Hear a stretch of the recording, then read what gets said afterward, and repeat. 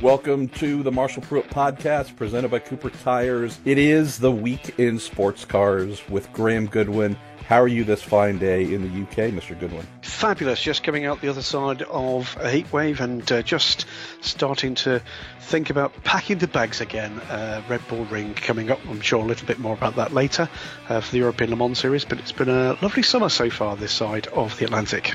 Beautiful. Well, I'm actually headed down to WeatherTech Raceway Laguna Seca in about 2 hours to cover the anticipated announcement of IndyCar's return to Monterey, so that should be fun. You know, Graham, I did something a little silly last week with the most recent Week in Sports Cars episode.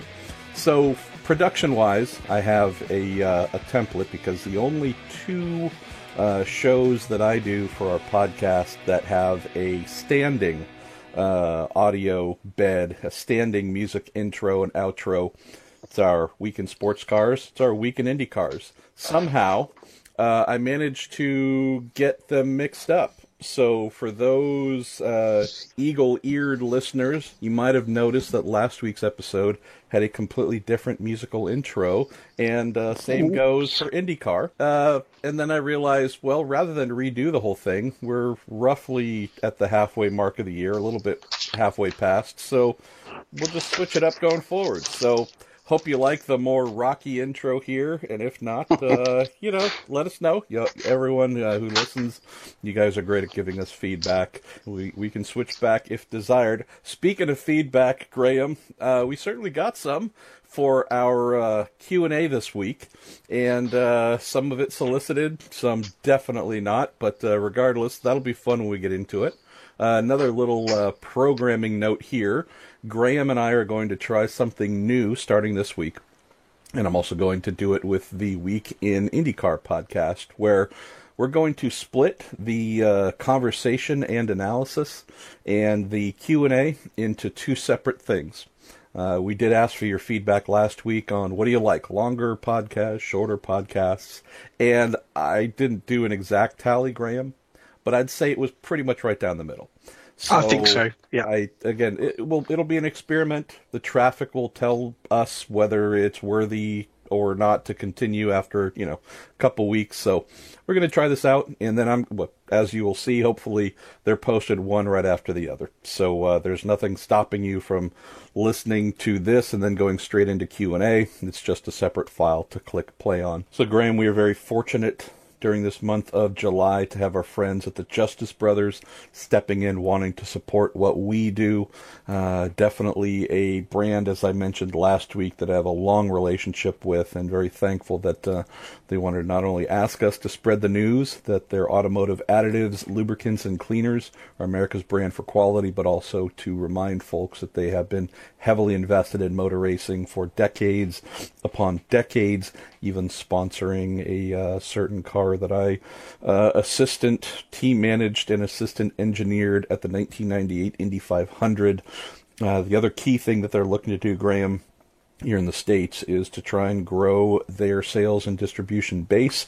That would be from an independent standpoint. So if you are at all curious or interested in becoming part of the Justice Brothers team, looking to sell their automotive, semi-truck, agricultural, and industrial products, you can learn lots more about that and see if a future in being part of their team is something that would work for you at justicebrothers.com. So off we go. All right, well, last weekend, my friend, we had the Pirelli World Challenge Series making its return to Portland. It also served as the major return for, quote, professional sports car racing at Portland during the much-loved Rose Cup Festival, which has been going on there forever, SCCA club event. I've been to that many times in my younger days as a race car mechanic. I'm not sure where we should go first, because the racing itself, I wasn't able to watch all of it, because it was the usual 47 classes and 239 races that went on, but the quality of racing looked fantastic. I was disappointed, as I would have to imagine, the series and the track came away with the amount of fans who were not sitting in the grandstands. little proviso to add to that, Graham. It is a Pirelli World Challenge event held within this long-standing SCCA regional national type event, an amateur, the big local amateur motor race. So I don't know how much it might have stood out as a big event to go see, but the lack of fans there, I would say, definitely it was sad to see, at least from my end. It's never good, is it? When I think everybody's been looking forward to getting back to Portland. It's been an event that an awful lot of fans have certainly voiced opinion online to say, isn't this great? Isn't this great? There is a reality here, though, mate. Use it or lose it. If it's going to go there and you've got a chance of getting there, then you've got to go and support those events, guys. If not, then it does raise the kind of questions you're effectively voicing right now, MP, which is, I guess the question is this a sustainable thing going forward? I suspect, though, that's going to be one of the smaller questions on the agenda for Pirelli World Challenge after weekend. But yeah, I mean, for me, it's quite correct that the fan base should be offering an opinion as to which place they would like to see back on the calendar. If there is any reason to believe, though, that the turnout of those events doesn't become financially sustainable, who's to blame? Yeah, I mean, we have the question of trying to rebuild a fan base in Portland, and so I would say that challenge supersedes anything a somewhat smallish series would or should be able to overcome on their own. I would not look to the Pirelli World Challenge Series through its available marketing dollars to bring back 20,000 people on its first go-round coming back to Portland. I also cannot say, because I genuinely don't know, how much marketing material, how many TV ads, how much you name it, was present for the event from the track side. And, there's kind of this long-running joke between our friend Sean Heckman and a few others that, the only thing holding IndyCar back is marketing. It needs more marketing. If you put more dollars into marketing, all problems would be solved. And we know that's not the case. No. It's not just simply a advertise and people will turn out. If that was the case, folks would buy every single product that they saw advertised on television. But the reality is it's a very crowded marketplace now. There are 1,000,001 reasons why people wouldn't even wish to leave home now that weren't, frankly, even invented 10 or 20 years ago. If there's any kind of issue in terms of their ability to get there reliably, the cost of attending, whether it's to do with the weather, whether or not absolutely it's to do with the quality of the show they may see, the reality is there's a lot of very persuasive elements that mean that they or elements of or their entire family wouldn't wish to move their sorry butts from the couch. Well, I would say there's that. But then there's also the question of, and this is just looking at some other domestic situations, we have a question mark that, as I mentioned, I'm heading down to Laguna here shortly for the IndyCar announcement. We have the hope and expectation that when IndyCar turns up in 2019, that there will be a huge fan base that has missed it all along for the past 11, 12 years and will come rushing back to see it. Actually, no, it's been even longer than that. It'll be 16 years, 15 or 16 years. But there's a hope that, boy, folks are going to come flooding in. But we don't know that. And the concern is, well, when a series like World Challenge or IndyCar or you name it, that once had a strong presence somewhere, goes away for a long time, if it's 1, 2, 3 years, okay. If folks that went at 18 are now married and have 2 kids and a mortgage and you name it, a lot of time has passed. Interests have probably shifted. Are those folks going to come flooding back? And again, if we just strictly look at what happened at Portland, With World Challenge, we had a fairly strong indicator that there was not a big audience waiting to come back to see professional grade sports car. We saw at the Phoenix IndyCar event, which hadn't been there. IndyCar had not been there, I think, for 11 years, Graham. Went back in 2016, and it was a ghost town. And in it was a 3-year deal. 2017, even worse. By 2018, I would have doubled the crowd size had I gone and just sat out in the grandstands during the race. I mean, it was appalling. So again, you roll the dice hoping that an old favorite track has something to offer. Sometimes you find out that maybe it doesn't. Who knows? Maybe, but also maybe on this first year back, maybe they'll find that there's more interest in year two, provided there is a year two. Well, let's jump on to the thing that I believe is going to take the majority of our brain power here, my friend, and that is Pirelli World Challenge distributing its 2019 plans. And because it actually says 2019 season plans in the release that went out. I'll give you a super quick background. I have had a long relationship with the series. I don't necessarily mean the folks in charge, but working in the series, running cars, building cars, consulting, engineering, managing, blah, blah, blah.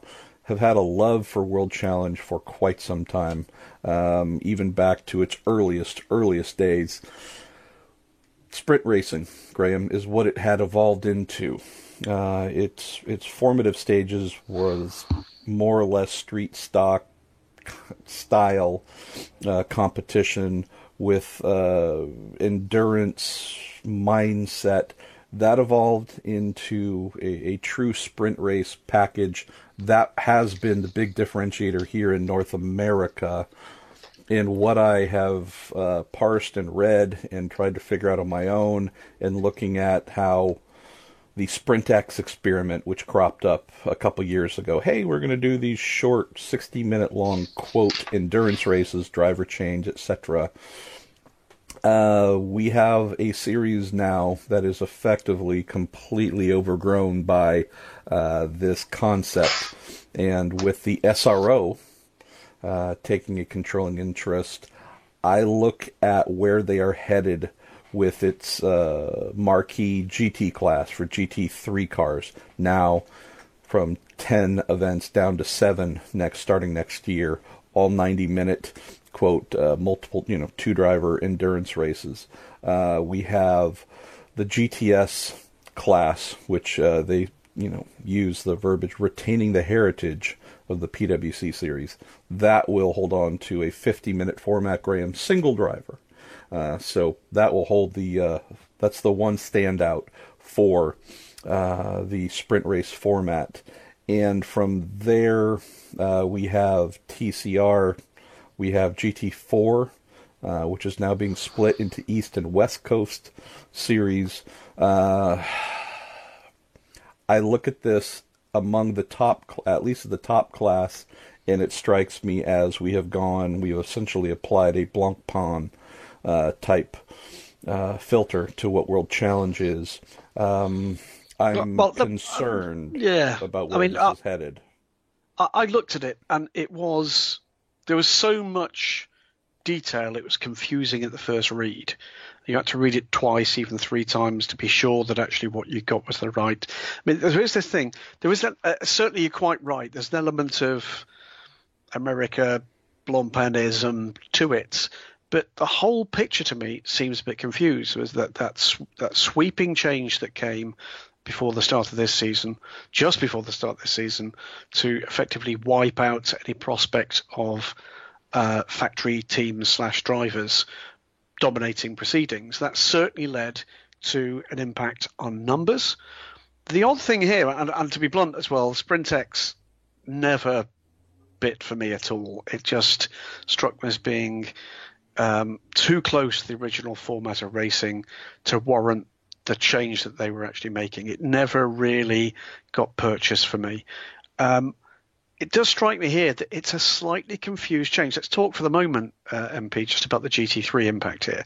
You're absolutely right. The principal thing is a reduction from 10 to 7 events, if you look at the GT plus SprintX calendar, and also a wholesale format change. 2 drivers, not 1, 90 minutes, not the shorter Sprint and SprintX formats, but not quite applying the Blancpain template to this. It's somewhere between Blancpain Sprint and Blancpain Endurance. Also, it doesn't say, although I think we can probably guess, that we're looking really here at a kind of Pro-Am format.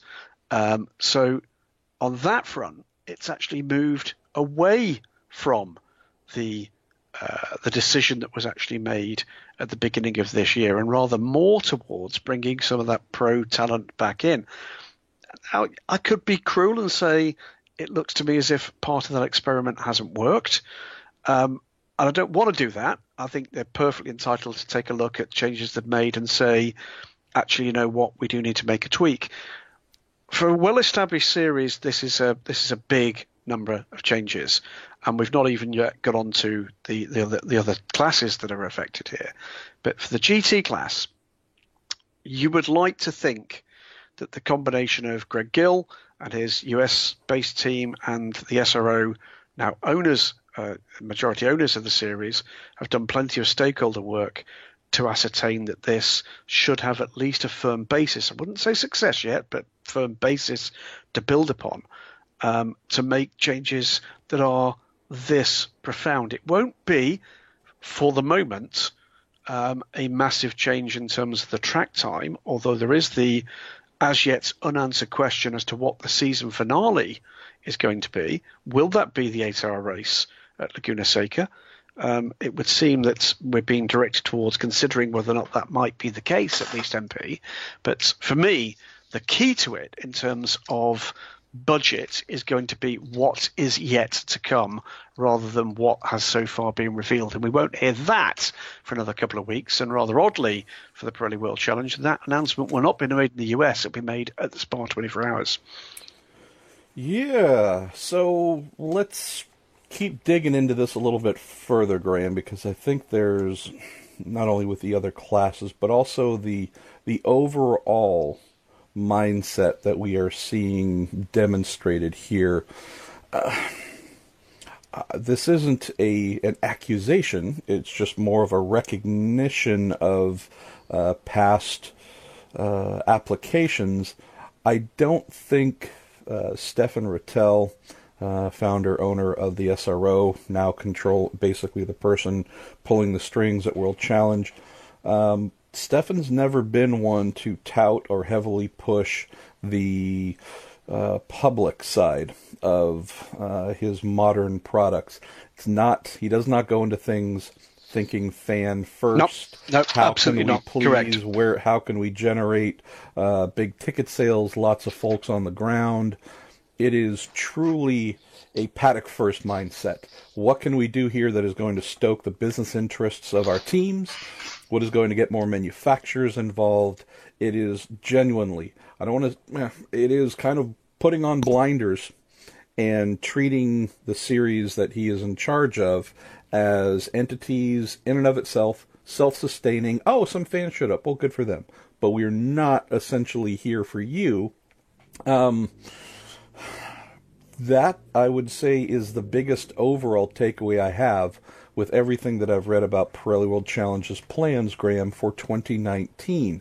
We're going to make this change for us. We're going to make that change for us. It is strictly about responding to, according to some of the quotes that I've read, my racer colleague Richard S. James did a great interview with Greg Gill over the weekend that was very revealing, adding some definite multiple layers to what's intended here. And the responding to the requests and wishes of the paddock approach seems to be driving everything here. And while I can't say that is a bad thing, because it's their product, Graham, if they want to do that, they certainly have the ability to do that. But it strikes me as a vast departure from just a few years ago.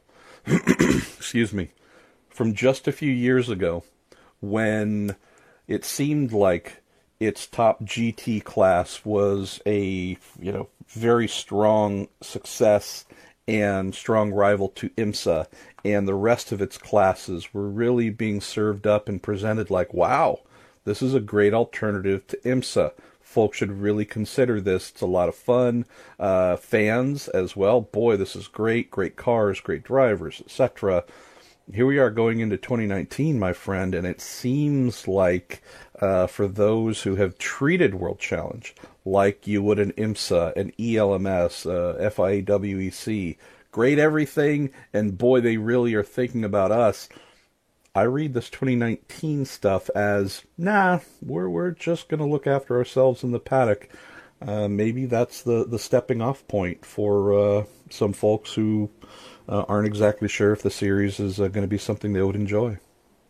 Well, let's respond to a couple of those points. Don't profoundly disagree with you on any of them. However, the success of SRO financially, commercially, and how they've grown their product is by building and maintaining strong numbers on their core grids. That's why the Blancpain Endurance Series, Blancpain Asia, for instance, are basically trying to stimulate and then retain very large grids, because that brings with it the entry fees, etc. In addition to which, the fees that they'll be getting from their key suppliers, which again are sanctioned under each series. So Pirelli in this case for the tyres, for instance. And then from there on in, the marketing spend that is exercised by both those entities, the teams and their sponsors. But it's going to be about building a core group that they believe that they can maintain and grow. Now, that for me is where there is the fundamental shift that is coming here over the next year and probably two.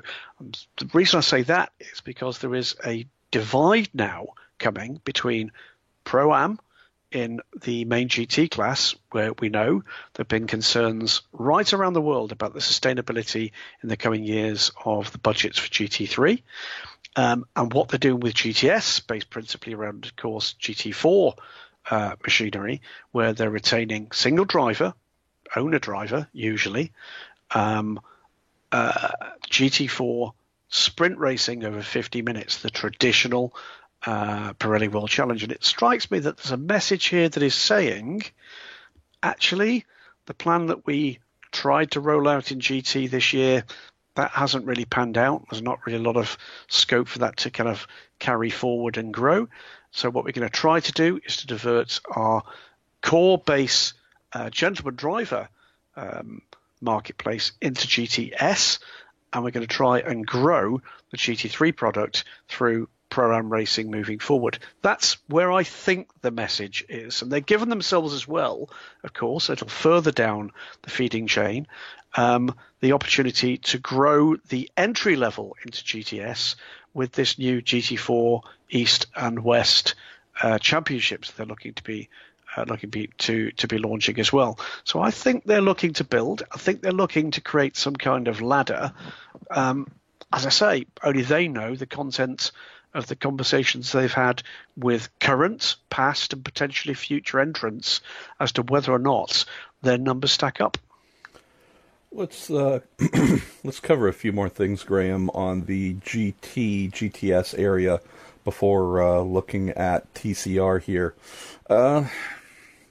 So if we look at where GT is going, this 90-minute, 2-driver, 7-round thing, you would say, okay, well, we've had the Sprint X, quote, thing. Could this 90-minute format, the addition of 30 minutes to these rounds, could this be a true money-generating mechanism? You just mentioned about trying to funnel the gentleman Pro-Am drivers more towards GTS. I assume that there would be a similar mindset here by making the Premier GT class for its GT3 machinery a dual driver program. We will have to see exactly what they decide to spell out for driver ratings, and if they will enforce some form of Pro-Am Blancpain type model. If so, would that be the kind of thing where there are enough gentlemen drivers, wealthy drivers, funded folks who would want to pay to be in a GT3 Pirelli World Challenge based contest for, if we're talking true split, 42-ish minutes, 43-ish minutes, factoring in a pit stop here. It's still, it's close to the equivalent of doing a former, or what will be the former Pirelli World Challenge GT sprint format, where you kind of sort of get to do almost a full standalone race, but obviously now with a teammate and in a tandem program. Would this be something that would attract enough folks to want to buy in to support that financially? Is this something where they believe in their paddock, they already have enough people to do that? I mean, that's going to be the first stress test, Graham. Who will opt in to pay for that to help make this a not just a reality, but a successful reality for them? And this is all done against the backdrop of IMSA and its WeatherTech Sports Car Championship GT Daytona class, where with a standard 2-hour and 40-minute event with GT3 machinery and a definite Pro-Am model in place there, part of me wonders if this is just IMSA GTD light. All right, it's not 2 hours and 40 minutes, it's 90 minutes, and we assume the costs will be a bit lower, but is this different enough to attract folks to pay money to do this who thought IMSA GTD is either too expensive or I'd be in the car too much? I don't know. I might have more questions than answers on this topic. I'll give you the counterpoint. The counterpoint comes from conversations with a couple of three people at Watkins Glen fairly recently, which is that the one area where you are getting repeated concerns expressed within the GTD class is that the Pro-Am aspect of that is getting very blurred indeed, and that the true Am side in GTD is frankly a rarity. That may be the market they're looking to mop up. Certainly with 7 events, that starts to become, doesn't it? IMSA Light in that instance may not be the worst thing. Actually getting people into that kind of level of competition, potentially coming from GTS, potentially growing their program from GT, particularly if they can find some commercial sponsorship to come with it alongside what they've been doing in GT or GTA. They tend to have done their homework, do SRO, before putting money where mouth is. They don't tend. There's one thing they don't tend to do. After a number of occasions where they have thrown the dice and got a little bit burned, they don't tend to risk their own money, is the honest answer. And I would guess at this stage that there is a strong element of them being confident that what their current stakeholders, and as I say, those other two groups, people who've raced before and have gone away, or people who potentially could be attracted, that there's a strong element here that they've got some reason for confidence that this can be a success moving forward. So of the other items, Graham, before we move on to TCR and then move on to other topics altogether, my colleague Richard James also wrote about the fact that with this 90-minute GT format, the ability for PwC to come out and play on the streets of St. Petersburg with IndyCar and at Long Beach with IndyCar would certainly look like it is no longer an option.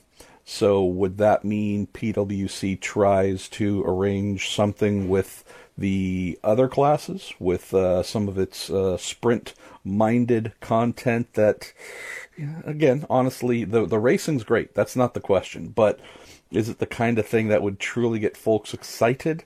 Looking at little Audi and VW and Hyundai and whatever TCR cars, is that something folks would either get up early to watch or stay late after all the open wheel festivities are done?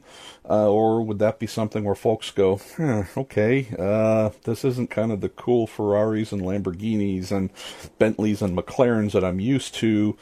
I don't know if this really stands out as a product I want to watch. So this is something that we have seen World Challenge has done more and more of, like at COTA, like at Portland and some other venues where they've broken from working alongside bigger series on bigger events and gone out and done standalone. So we'll be curious to see that of the 7 rounds, if they are planning to try and send the GT product somewhere else altogether, or if indeed we will have World Challenge with at least its most recognizable product, Graham, essentially completely divorced from being on the card with other major events. So that too, just part of a interesting is a word that kind of encompasses many things.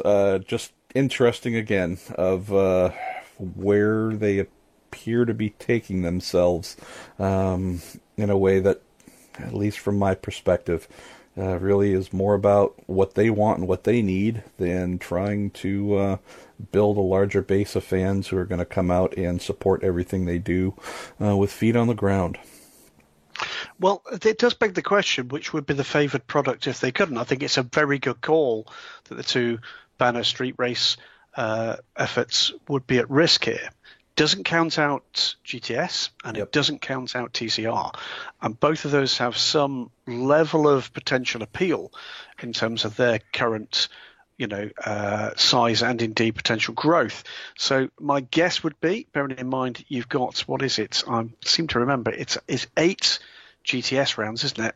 Not as opposed to the 7 GT rounds.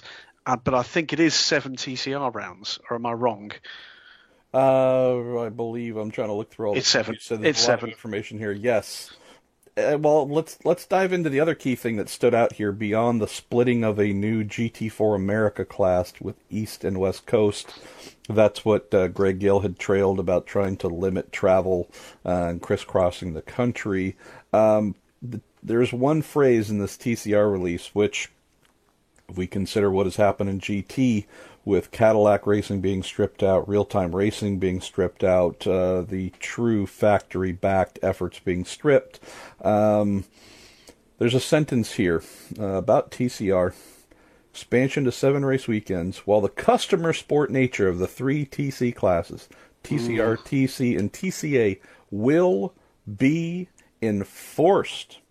And if we consider that real-time racing, factory Honda / Acura effort for the past million years, they're the ones running the Honda TCRs effort, the one that Ryan Eversley is doing incredibly well in. If we look at Brian Herta Autosport, they are linked directly with Hyundai, and so this again makes me wonder, are we going to come back in 2019 minus real-time racing and minus Brian Herta Autosport in TCR as direct factory representatives? Well, let's hope not, actually, because I just don't think the product's mature enough yet for it, is the honest answer. I think you've got to let these things run. It's not clear, by the way, from the formats that we've been given the information in as to how the GT4 East and West will fit in with GTS, etc., will fit in on the same race weekends, how this whole thing is going to fit together. But it does look as if we're going to get a calendar with a bit of a mishmash of classes. There will be some churn, if you like, between what classes are on what card at what race meeting. Inevitably that will have been the case because the classes they've announced so far simply don't match up entirely. So for me, a little early to start to play that card in terms of TCR. Again, MP, unless they have been told we would have been there if it wasn't for that darn Ryan Eversley. And I sort of don't believe that that's the case yet. I sort of don't believe that. If there is some huge potential class-defining body of people just waiting to roll out a new TCR car, I'm not seeing it yet.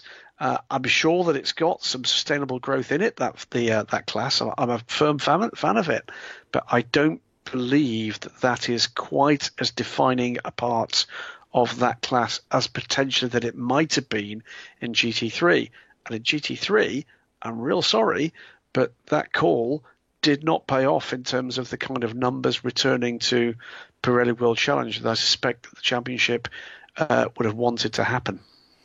And are we going to see hashtag fake time racing show up next year as the evil shadow organization? That isn't quote factory, but yeah. What they with their driver Evan Risley. Yes, that boy, I tell you, that guy's a hack. What else? I mean, we've got in GTS with the shift there, 50-minute format will be retained with drivers up to gold classification eligible to compete. And here's the part that I think some others picked out as well. Next to the overall podium, which if we parse their words, I think they assume it's going to be 3 gold-rated drivers. Next to the overall podium, silver and bronze drivers will be awarded with separate podiums. So in theory, GTS at each round is going to have 3 separate podiums. Exactly to your point that you were making, is the decision has been made that has been defined by actually what the paddock, looking internally, has asked for. You know, we've seen this in other areas of the sports in recent years. We've seen it in LMP1 non-hybrid in recent years in the FIA World Endurance Championship. Teams complaining, we're not getting enough value from our expense here. We need the separate podium. We need our guys to be in a press conference. And it happened. I suspect that this is being driven by non-professional drivers unhappy with getting their asses handed to them week in, week out, and want some kind of recognition for, if you like, the peer group competition that happens beyond the overall win. So I think you're absolutely spot on that actually this has been grown from within a body of opinion from within that paddock. Yeah, and I was about to apologize for struggling here, but then I realized it'd be silly for me to apologize. I'm just reacting to this in as natural a way as possible. I hope, obviously, that everything works out, that everything is awesome, that all the things that PWC aspires towards comes true. They have big grids. They have all kinds of things. Those are the things I genuinely hope we happen to see next year. I just also suffer from the problem of being able to read and having a bit of historical context and seeing lots of things that conflict with one another in getting to those stated goals. So many fingers crossed, Graham, that where Pirelli World Challenge is headed, at least for them, is something that makes sense and that they are happy with where they go. If that is something that also has a fan base attached to it, and folks turning up to watch those races and or rooting for it heavily in person, online, you name it, then I would say that's an added benefit, but that might be the greatest question mark of all, at least as I see it. Let's jump into something else that it saddens, I think, just about everybody, and that is Tequila Patron announcing its motorsports sponsorships. Not exclusive to sports car racing, but by and large, that is the number one place folks have seen Tequila Patron.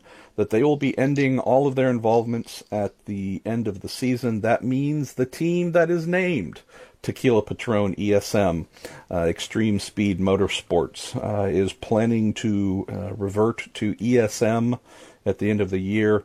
Interesting in its composition, Graham, that former Tequila Patron CEO Ed Brown, co-owner, co-founder of that team. You can read lots of things on the internet about Ed's wealth and how much he has amassed. I don't know if Ed's personal finances would be something that we would look at and say, the team will be fine. They don't need Patron. Ed's a smart guy. I would not just default to one of the co-owners is ridiculously wealthy. they won't have to sweat finding a sponsor. I think they will have to find a sponsor, Graham, and if there's some sort of bridge support from Ed, maybe. But as for long-term sustenance from his bank accounts, I think that would be a grand mistake to believe that will be their new working base once the green and black livery comes off the car. Well, certainly that's what Scott Sharp has more or less directly said. There are now an active search for sponsors. They intend to be back for 2019. It would appear that they intend to be back with the current package, the Ligier Nissan. To remind listeners, not a factory Nissan effort, never has been. It's been a customer engine deal masterminded by Scott Sharp and Ed Brown to put the GT3 Nissan Turbo V6 in the back of the Ligier. They've had real success with that car, though latterly it's struggled. It may be that it's just not suited the balance performance that's been allocated to it. But all of a sudden, that challenge for Scott Sharp and his team becomes very real indeed, because there's not a lot of time to get this done. It would also appear to be the case that Scott has had the heads up that this was going to be coming along, so may well have actually started that process all along. But all of a sudden, for the first time since that team really came to the fore, MP, they're going to have to be adding in an external marketing arm. In other words, they're going to have to sell themselves rather than sell the message of the product they carry on the side of the cars. And with the somewhat recent sale of Patron, this was not wholly unexpected. No. But what will be interesting to follow here, my friend, is this is the first time in IMSA's top class, and I guess I'm speaking from when IMSA relaunched in 2014, this will be the first time, at least that I can recall, where a top prototype team, which is where the biggest budgets are commanded, is going to search for a sizable budget to at least continue in a stable manner. As I mentioned, if they needed to come out of pocket to get through the first couple of rounds next year, if a major sponsor does not emerge, I would say that is a fallback plan. But just in terms of, this isn't a single car program, 2-car program affiliated with a manufacturer, there's money to be spent there, etc. This is going to be an interesting stress test. Mm-hmm. I really do see this as a little bit of State of the Union on IMSA and how far it has come and whether the distance it has traveled is enough for a Scott Sharp and Ed Brown to be able to go out and sell, as you mentioned, sell their program on the merits of not only the competitiveness, but primarily its marketing reach and value. And this is something that, if we just do a very quick look at the rest of the prototype class, there are select teams that have to meet that criteria. What ESM will do, if they are indeed hopeful of gaining a sponsor, Graham, is prove that yes, what we can sell you is going to put eyeballs on your product. It is going to be a favorable thing.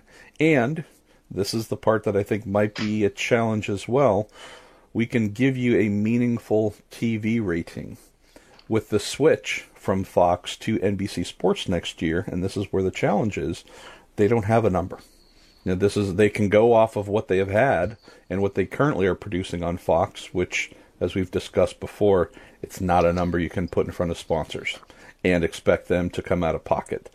We expect NBCSN and NBC to be a positive lift in that area, but you still don't have that number. So I would say this is a concern that they're having to go out and try and acquire new sponsors without the ability to say, and this is at least a trend of TV ratings over the past number of years on this specific channel that we can suggest you would receive for buying in.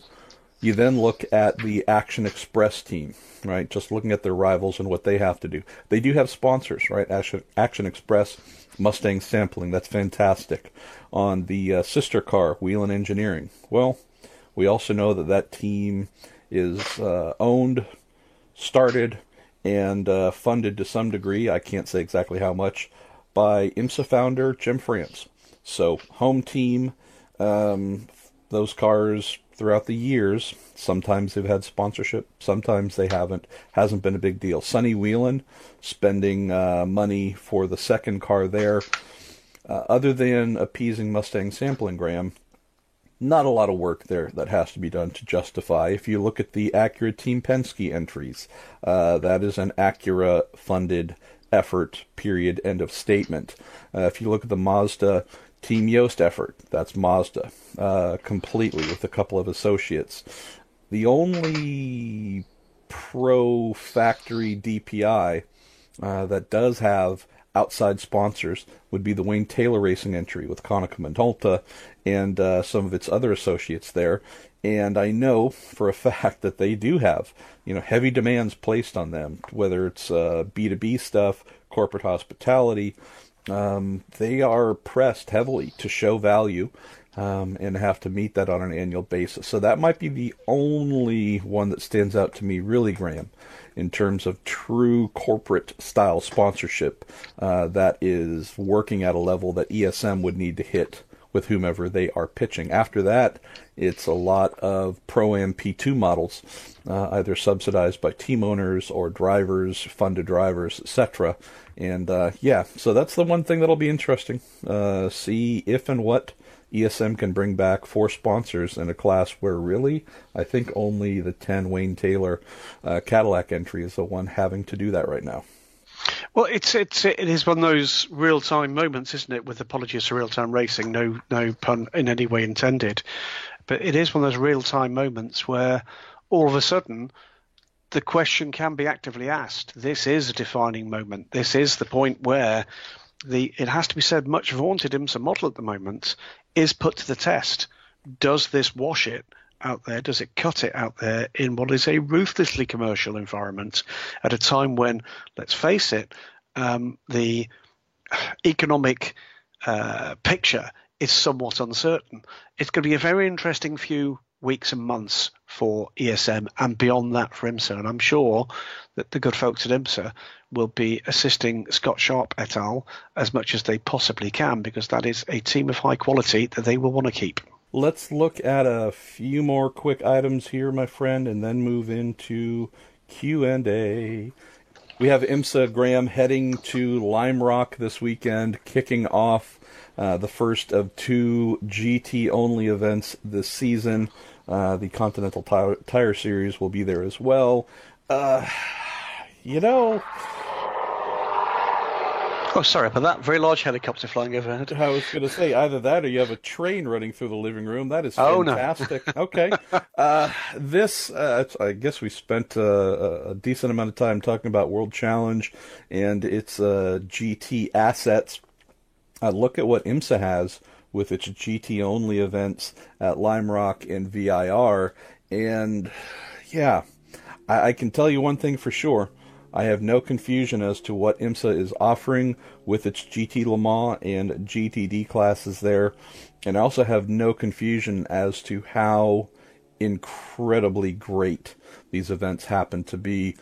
It is, I would say, the closest thing we have in America to a Blancpain type thing where we have just great GT cars, no prototypes in the mix, and really, really solid hardcore racing at a couple of beloved tracks. You've had the chance, Graham, to come over for Daytona and Sebring and Watkins Glen. There's a part of me that wishes the dailysportscar.com helicopter, which might have been what we heard, that might have been Stephen Kilby heading out on a date to go see his girlfriend. It's just cruising elsewhere, just waiting for me to finish the interview. That's right. See, it makes me wish that you had enough fuel to bring that sucker over to see these events and cover the GT-only content that IMSA has to offer, because it is just truly stupendous in an American style, my man. Well, I mean, regular readers of DSC would have seen exactly what Laurence Vanter thinks of the American racing experience. Spoke to Laurence at some little length at Watkins Glen about the options he's got available to him in his career with the Porsche factory team, and made it very clear indeed that he's thoroughly enjoying the American racing experience, and explained exactly why. And that generally came down to more pure racing, less restricting rules and regulations, etc. The kind of things that you would exactly expect a man of his caliber to actually utter. And yeah, I know for a long time there was that background fan base pressure as well as a factory and team based pressure for a standalone GT race, and it generally speaking hasn't disappointed, has it, MP? Not at all. Not at all. Why don't we park here for a minute and talk about young Monsieur Van Tower, I think it was, we saw on the Goodwood broadcast. Lawrence Van Tower, or I forget the exact spelling of it, but Van Thor, I think it was. Yes, that's it. They missed it. One word became two, and they missed out an O. The Belgian hammer. Yes, exactly. Literally marvelous. Yes.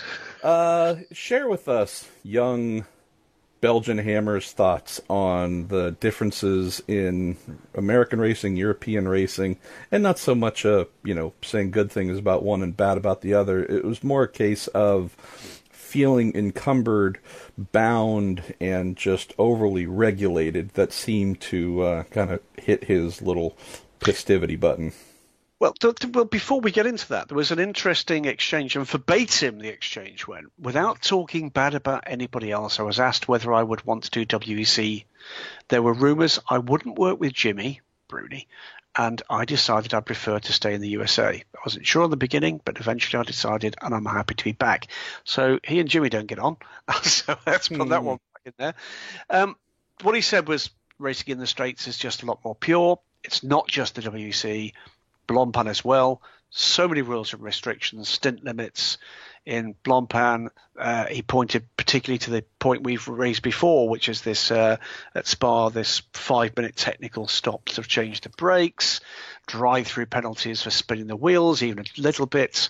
From a driving point of view, if you dive, put your nose in, you're not scared you get a penalty if there's contact. If you push somebody off, you have contact while overtaking, you have to get positions back. The quote, I think, that sums up Laurence, and anybody that's spoken to Laurence at any length would recognise this as being very Laurence Vanter. Here, it's just racing. You leave the pits with a pile of smoke, you crank the full engine open, you get applause. He's a pure racer, and you know what? You got to love him for that. Yeah, we could sit here and debate safety, and we could debate, where teams and drivers take liberties if the rule book is a bit less restrictive, rather. But you got to love the old-fashioned racer that is Laurence Vanter. Absolutely. ELMS this weekend, my friend. We have a resumption, finally, of prototypes, GT cars, some of those that competed at the 24 Hours of Le Mans in June. Always feels like it's both not enough time to recover after Le Mans, and then it also feels like it's been a long time. Tell me about thoughts on what's coming at Red Bull Ring in Austria, and what you think we might have play out in terms of who would be in front of the old motor racing event by the time we get to the end of it. It's going to be fun. It's one of my favourite places to go racing. Fabulous surroundings for the Red Bull Ring. 42 cars once again on the entry. No signs that entry is going to be any less secure than we thought at the start of the year. Probably the most telling thing before we get into the race is it will be our first opportunity to properly catch up with a number of people involved in one or two of the comings and goings at the Le Mans 24 Hours, and in particular, of course, TDS Racing and the G-Drive efforts that they put forward. That car, by the way, not coming to Silverstone, the 26 car, despite the fact that the initial prognosis from Roman Rusinov before Le Mans was that it would. But the TDS Racing outfit, Roman Rusinov and his cohorts, will be at the Red Bull Ring. I think they'll be expecting some questions. I can tell you from this journalist's point of view, they'll be getting some. Before that, though, there will be another of my post Watkins Glen chats, this time with Nico Lapierre on the subject of that very issue. Yeah. And I can tell you, MP, he does not pull any punches with that, making it very clear that he feels that the team has been sailing pretty close to wind on the regulatory fronts, and certainly has no sympathy whatsoever with the disqualification that came their way for the adjustment they made, or the I could put this, the part they inserted into the fuel rig. They believed, and have appealed on the basis they believe, that their actions were within the regulations. The regulators say very different. And I think it's fair to say that in no small part, Nico opinion fueled by the fact that he had two young co-drivers with him, Pierre Thirier, Andre Negrão, that have won that race at Le Mans and did not get their opportunity to stand on the top step of the podium, as any Le Mans winner has a God-given right to do, because of course the win was taken away from the 26 car the following day.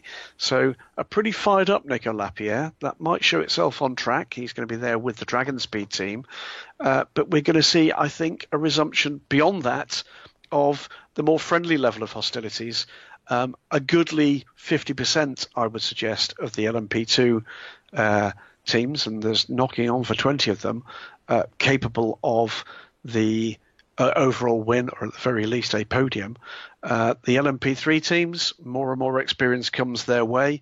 It becomes hotter and hotter at the sharp end of the competition there. And, as we saw at the very opening race in the GT class at Paul Ricard, absolutely no shortage of barely concealed aggression in trying to push forward to grab the honours there too. It is, as I've said on this podcast and elsewhere, one of my absolute favourite current championships. It is available online, free to view, and I urge anybody that's not been introduced to it, particularly those of you stateside that enjoy your IMSA racing. It tends to be that we put IMSA head-to-head with the WEC in terms of who's got the best championship. Come and take a look at this. I think you'll be impressed. LMP3, LMP2, GTE, and boy, oh boy, do we have some fun with the racing here. I think it's going to be a corker. Definitely too close to call with this. We've had teams, whether or not it be United Autosports with their Ligiers, or indeed Panis Bartes coming forward with Will Stevens. The slightly less pacey at the moment Dalaras, but two or three teams there that I think could go extremely well. The S&P Racing guys amongst them. And then you get the hordes of Orica teams, and we've already seen wins from those cars, of course, this year. The Racing Engineering crew coming in with their win at the start of the year. Graf Racing have blown hot and cold throughout the year. Yes, G-Drive as well. And Duquesne Engineering, they look to be sniffing around the potential for a win. Dragon Speed 2. Honestly, there's teams into double figures that you could honestly say have got a realistic chance of coming away with the win, and that's just for the overall. Wow. We also have a new hashtag from Grim Goodwin, hashtag friendly hostilities. Definitely, that might be my favorite phrase of the day. All right, my friend. Well, we are at the end of our little chatty news and analysis, which means we're going to do something new here and bid farewell, but we're coming right back with the next podcast that we hope you click on here, which will be this week's Q&A. Thanks again to our friends at Justice Brothers for supporting the Weekend Sports Cars and the Marshall Pruett podcast presented by Cooper Tires. So, here for the July 17 portion, we're going to say farewell, but also we're going to say hello because we're coming right back.